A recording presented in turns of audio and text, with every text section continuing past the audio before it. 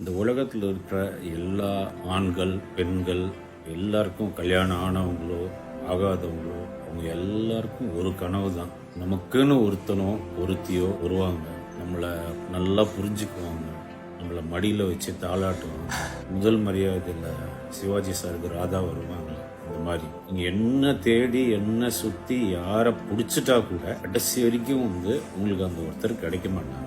ஏன்னு யோசிச்சீங்கன்னா நீங்களும் தலையை போட்டு மண்டையை போட்டு உடைச்சிப்பீங்க. கேட்ட மாதிரியே நம்ம நினைச்ச மாதிரியே அது இருக்காங்களே, இது நம்ம நினைச்சவங்க இல்லையே ஒரு நாள் விட்டுருவீங்க, இது யாருக்கும் வேணாம் அப்படின்ட்டு. இந்த ஸ்டேட்டஸ் வர்றதுக்கு முன்னாடியே நீங்க என்னைக்காவது ஒரு நாள் கண்ணாடியை கிராஸ் பண்ணும்போது பாருங்க, இந்த கண்ணாடியில யார் தெரியுறான்ட்டு. புரியலையா?